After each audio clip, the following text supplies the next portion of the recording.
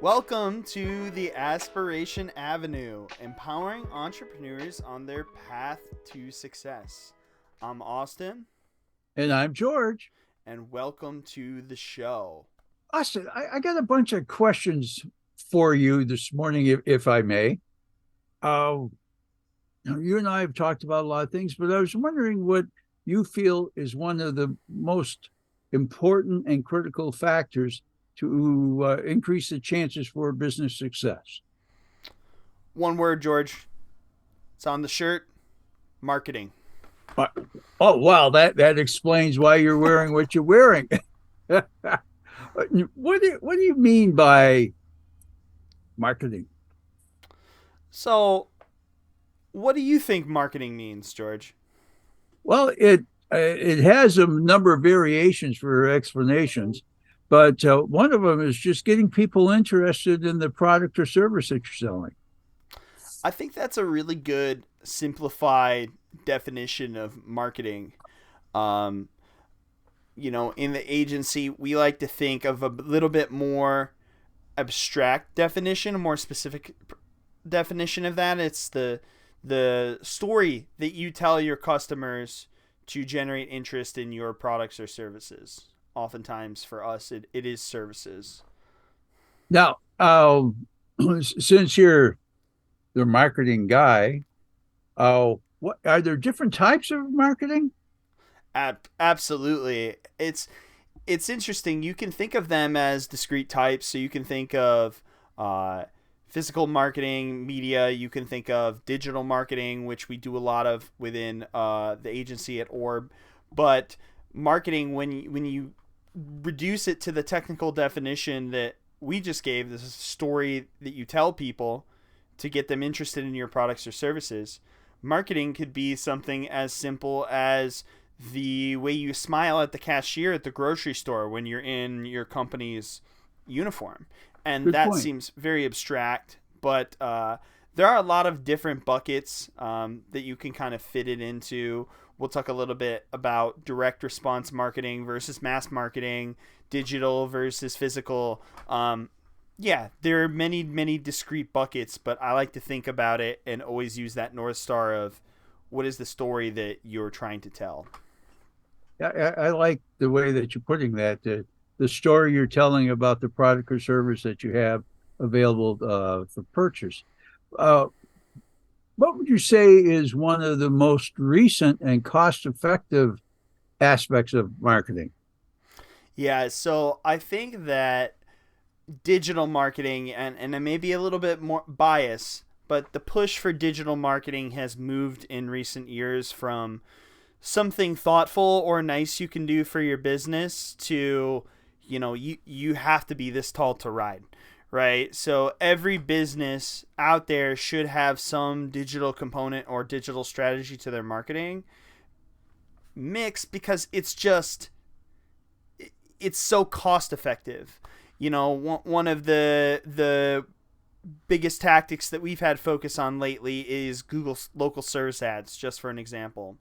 And so Google is the 9,000-pound gorilla of search. When people are looking for things and they don't know where to find it, 97% of the people in the United States today turn right to Google, and they go on and they search for what they're looking for. So for contractors and tradesmen, the people that we work with a lot, occupying that space where they're searching for you is incredibly important. And so local service ads we see is Google's program to basically buy space at the top of their page, and anytime somebody picks up the phone and calls you, you get charged. And Google guarantees the work up to a certain value. So that's like a hack for some of these contractors. It's an amazing tactic because you could pay 30, 40, 50 bucks for a fully qualified lead of somebody who's already interested in your services coming right towards you. And any businesses ignoring that kind of opportunity is really missing the boat in a sense. Mhm. Now, you mentioned Google, and it makes a lot of sense. Uh, are there other aspects to digital marketing? Absolutely. There's email marketing, right? So there's reaching people through their inboxes directly once you've acquired them and they've expressed interest in being your audience. There's the aspect of nurturing them over time and continuing to deliver value to them in terms of building the narrative or the story that your business tells about why your product or service is right for that person. There's social media, which again, back to the stories, I think there's a huge misconception around social media tactics. Create great content and post and you'll be successful, or create content consistently and you will magically develop the skills to be an awesome social media marketer with a huge following. And I think that's a misnomer. So social media is the modern permutation of network marketing, right? You can get on the platform, you're creating content for a very specific kind of person. In order to get started from zero, your focus isn't on how do I get to 1 million, how do I get to 100, right? So finding 100 partners, people on the platform that you can engage with, that you can create content for them, and their content is for you. And so there's a perfect matchup or pairing there. So social media is another tactic. It's like online network marketing for millennials and younger, and everybody is kind of moving to that channel. Within that channel too, you also have the opportunity for paid advertising. It's not all organic. So every social media platform out there, the way they make money is through the monetization of ads. So without creating those real authentic experiences, you can target down very specifically into interests or demographics that you care about, that your business cares about, if you know who your customer is and who you want to tell that story to. So there's digital advertising in that space. There's tons of different formats. So there's video, there's static banner ads within that. There's text-based ads, search-based ads like the ones that you see on Google. There's text-based ads for forum posts and blogs like you see on Quora nowadays. So there's so many opportunities in the digital landscape to market to your audience. And by market, again, I come back to, can't stress the importance of this, telling the right story to generate interest in your products or services. You've mentioned a number of good points in that there's diversity. That's what I heard. There's diversity in digital marketing. And your last comment there, telling the right story. Is there, how do you go about, let's say somebody comes to you and goes, hey, man, I need help with my digital marketing. What would be the first 2, 3, 4, 5 steps that you would walk somebody through to get them going in the right direction for digital marketing for their business? For sure. So number one, the very first step is understanding, even before understanding what their product or service is understanding who they sell it to, who has a demand or a need.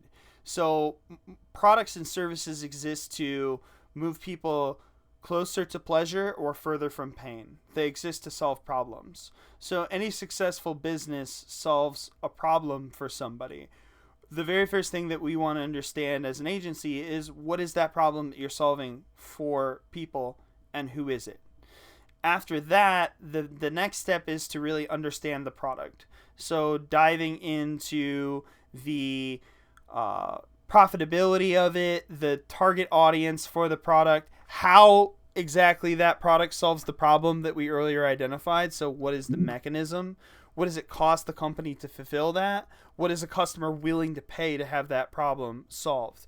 Because then we understand the constraints and we can lay out a strategy for what different media channels and tactics are actually viable in terms of financial and time investments on our part or on the part of the owner. The third step then, after we have those constraints in place, is we try to go and figure out where those people reside that have that problem that they need to have solved.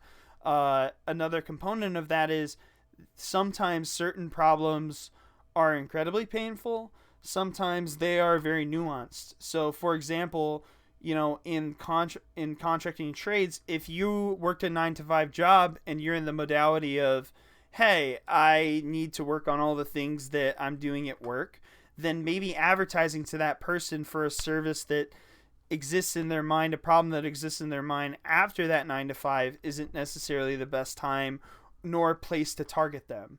LinkedIn might not be the best place to talk about helping people with their personal problems, even if they are present on that platform. So not only is it important to identify where your demographic is, but the time in which they want that problem to be solved for them. Makes sense. Yeah. So those are probably the first 3 major steps. After that, we, identify that channel, and then we can start to pick the tactics to reach that audience. So if it's Facebook, we say, do we have an abundance of time, or do we have an abundance of financial resources, or both, right? And based on what that owner or that particular business has in terms of those resources, you can determine how you want to attack that audience. So if you have a big pile of money sitting around and you want a 2 to 3x return on that money, then paid media might be a great strategy for you to look at on Facebook if that's where you find that your audience resides. So that 4th step is really calibrating. Do we have more time? Do we have more money? How much do we have of each? And what is actually achievable from a tactics standpoint for us to get the ball rolling?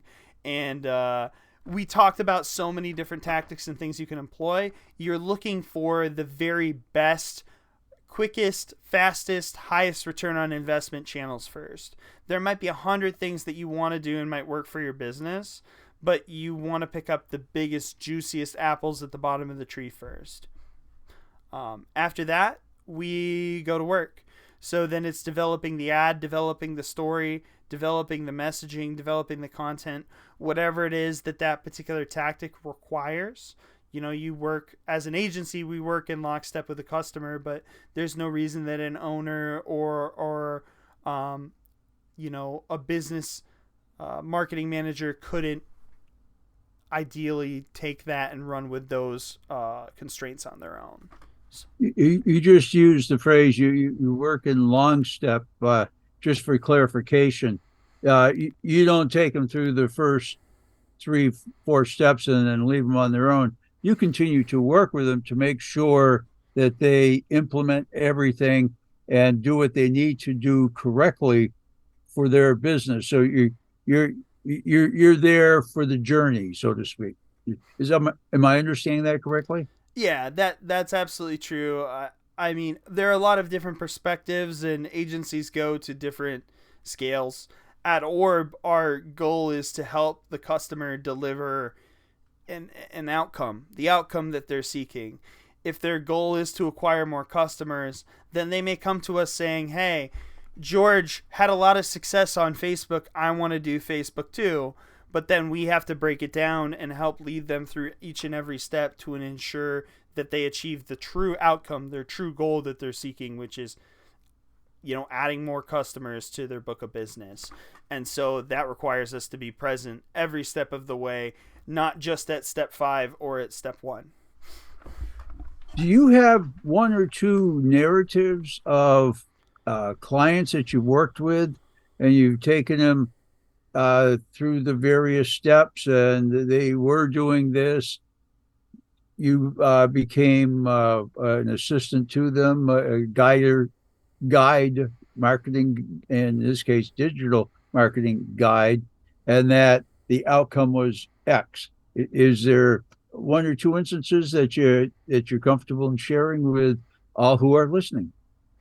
Yeah, sure. So we have a great example of this. I'll give 2 really good ones. A great example of this is roofing companies. So roofing companies are one of our better clients. We work with a lot of roofing companies. We started in roofing. And so I have a client that we worked with recently who had the desire, the drive, the motivation to build up their business. He had identified all of the right tactics through mentorship groups, through different mentors in his personal network, but it wasn't necessarily clear what ones should be happening first. So when he was going out to employ some of these tactics, for example, he was spending ad dollars on Facebook to try to acquire customers, and his targeting was pretty decent, and he had hired a professional to develop the graphic assets. So if you had like a 10 point checklist, he had maybe checked 5 to 6 of the boxes, which what you have to remember, and this is interesting topic to discuss, is in something like home services, marketing is a zero-sum game. Zero-sum game meaning that in order for someone to win, someone else has to lose. So just because you are a $1 million company starting out, if you solve the exact same problem as a $15 million well-established family-owned company that's run like clockwork for the past 40 years, then in the eyes of the customer, your business is not more desirable than theirs. So what we ran into is, Facebook, you're not only competing with other roofing companies, you're competing with every single other company in the history of Earth who wants that person's attention. So your ad has to be timely. It has to be very specifically targeted. It has to get the customer at their point of need, especially for something like roofing. We don't care about the roof over our head until water's actually coming into the building or we see shingles blown off. It's out of sight, out of mind. True. So what we did is we said, you are headed in the right direction, but we need to take a step back, figure out exactly who your audience is, what is their age group. So we really niched it down. We say homeowners are, primarily over the age of 35. So advertising it to anyone younger is not necessarily worth the squeeze in terms of marketing. Those people who do own homes generally own homes that are much smaller. We also looked at who is our messaging being targeted to. So one of the interesting things that a lot of contractors don't think about, 70% of the decision makers in the buying process are often the female head of household. So your messaging has to align with her. Your messaging has to align with, how do I know that the person that's coming into my house is trustworthy? How do I know that this person is going to keep me and my family safe, right? So those are additional constraints that you need to market to and address, in addition to, the fear of making the wrong choice, as well as the desire to get a really great price for a service that they perceive as a commodity. So we developed those constraints. We evaluated, where does this audience exist? And once you do it enough times, you start to know inherently where you want to start. And so for us, that was going back on Google. That was looking at the Google guaranteed ads that I mentioned earlier. Would you rather spend $1,000 on Facebook and hope that you get in front of the right people when 1% of the market might be searching for the product at any given time? Or would you rather just pay for those people when they pick up the phone and call you? So we saw Facebook, as this avenue where those people definitely did exist, but the way that we were messaging to them had to change. We also saw that as a tactic that was higher up on the tree of lower importance for us to start and initiate right away. So if you kind of had bucketed it, if he had bucketed it in his head, and this is what I see happen with a lot of business owners, unfortunately, is I tried digital advertising and it didn't work, right? But there's so many nuances and permutations that were required to have him see a successful return on his investment that he wasn't seeing prior to that. So before, he might spend $2,000, $3,000 and get 0 phone calls because each of those high ticket items is really valuable and his competitors are competing for those too. Afterwards, you're seeing a 5, 6, 7x return on the investment in those Google ads once you calculate out what that truly is worth to the bottom line of his business. So that's just one example of how we can kind of take somebody through this process. You mentioned something a couple of moments ago, and you used the example of can the person who's going to be in the house be trustworthy? That the part of the content for that business would be addressing that. For me, it brought to mind about a couple of years ago that a couple of workmen were coming in and they were going the front door right down to the cellar to do what they were going to do with the front, just regular maintenance and stuff. But it was dry. It was very, very favorable for them walking through the house. But they stopped because part of the company policy was they put the coverings over their boots, regardless of the weather. And they step inside into we have a small foyer, stepped inside, put those on, and then went the rest of the way. Even though I said to them, there's no need to do that. It was the company policy. And here I am talking about it a couple of years later. So Absolutely. that the message, I forget exactly how the company addressed it, but for them, for that particular company, there was professionalism every step of the way. And I took that, putting those coverings on their footwear as being okay, that they were trustworthy. It's a company with a very positive, strong, long established reputation. So there's no concern about that. But then just that the little things that can make a big difference. And and what I'm hearing is that you take something like that and make that part of your story for the people, because let's say quite often there's it could be kids that are in the house. Let's say they've come home from school, mom and dad are still at their respective jobs out of the house. That if somebody is scheduled, quite often they'll be there in the 2 hour time frame, 3 to 5, or whatever it is. That safety is a concern and can be a big concern for some people. So that working that into the story for that particular type of business, I think I'm getting a really good understanding of what you're sharing with all of us and everyone who's listening. So, is there any other example that you'd like to share with everyone? I'd actually like to expound on the story that you just told a little bit there, George, and say so a lot of businesses that I talk to, that don't ultimately want to be a customer. The excuse or the objection that's often provided is that we do all our business based on referrals. But we talked earlier about marketing being the story that you tell to your customers to generate interest in your products or services. There are parts of that story that you are not getting to tell. There are parts of it that you don't control.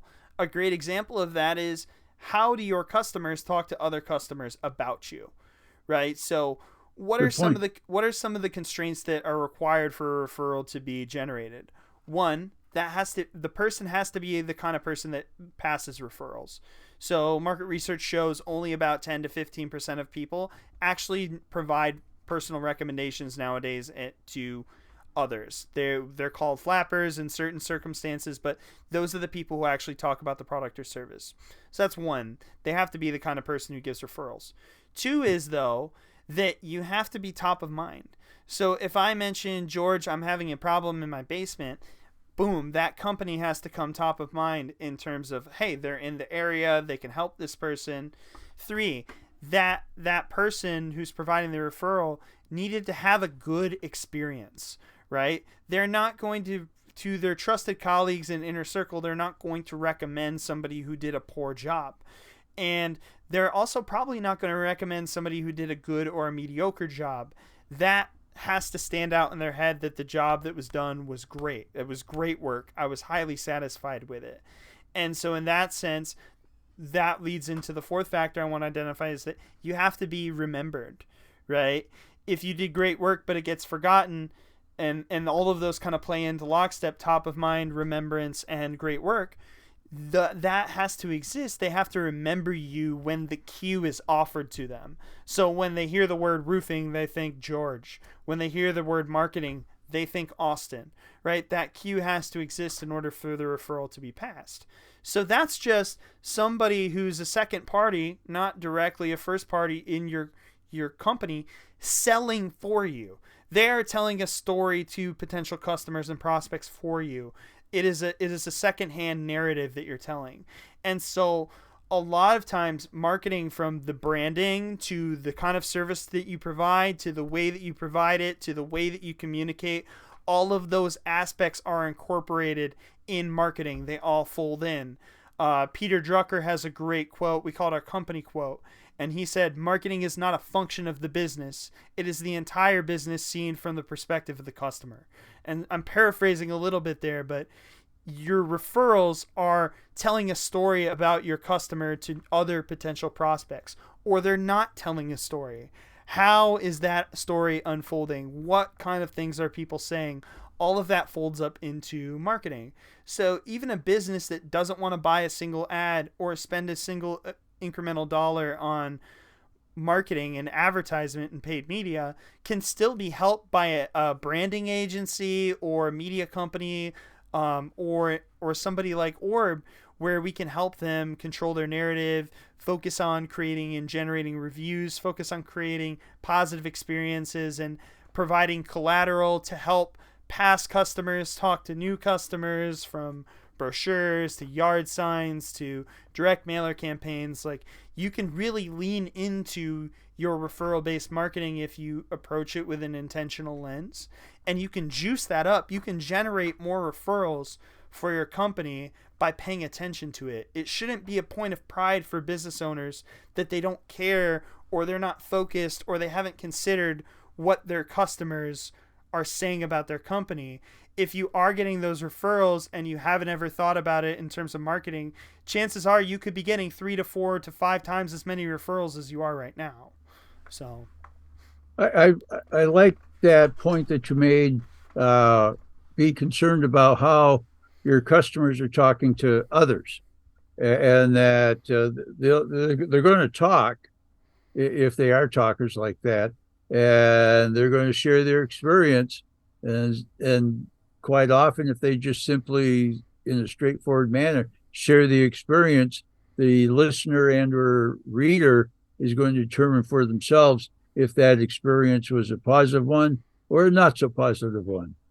That you've made a lot of good points, and shared a lot that anybody who's listening, hopefully taking a bunch of notes. But if kind of in wrapping things up, if there's say 3 to 5 points, and it can be things that you've mentioned already, that you would like to have any listeners and viewers have as takeaways regarding digital marketing, what would those 3 to 5 points be? So number one, just kind of recapping, marketing focuses on the customer journey. It focuses on the story that you're telling. Be cognizant of, it's not a tactic, it's a story.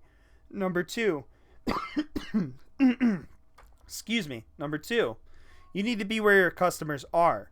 So it does you no good to market where people exist that you can't solve problems for. Number three, focus on the strategy first and the tactics second. Just because George is super successful on social media doesn't necessarily mean that's the right medium for you. Number four, and we didn't get to cover it in total detail today, but focus on direct response. Focus on the specific customer. You aren't a massive mega company, so your approach needs to be different. Just because Doritos has a Super Bowl ad doesn't mean that's the opus of what you should be trying to achieve in the marketing for your company. And finally, number five, and I think this one is super important, because we're telling stories, be authentic. Customers can sense deception. They don't like to feel like they're being marketed or sold to. So you need to make sure that you're authentic in your messaging, because it's hard to keep an inauthentic narrative going, across every aspect of your company. And if they sense or they whiff just one small nugget of, hey, this isn't really as advertised, then that's going to push people away. So the best thing you can do is be authentic, be yourself, and tell the story that you have to tell in an authentic way, in a consistent way across all of your channels. Great. Well, for today, I'm out of questions. And I think we're out of time. So Thank you, everyone, again for joining us on the Aspiration Avenue. I hope that you found this episode helpful. I hope you got a few tidbits that you can take in to help you realign your marketing strategy for your business. And as always, I'm Austin. And I'm George. And this has been the Aspiration Avenue.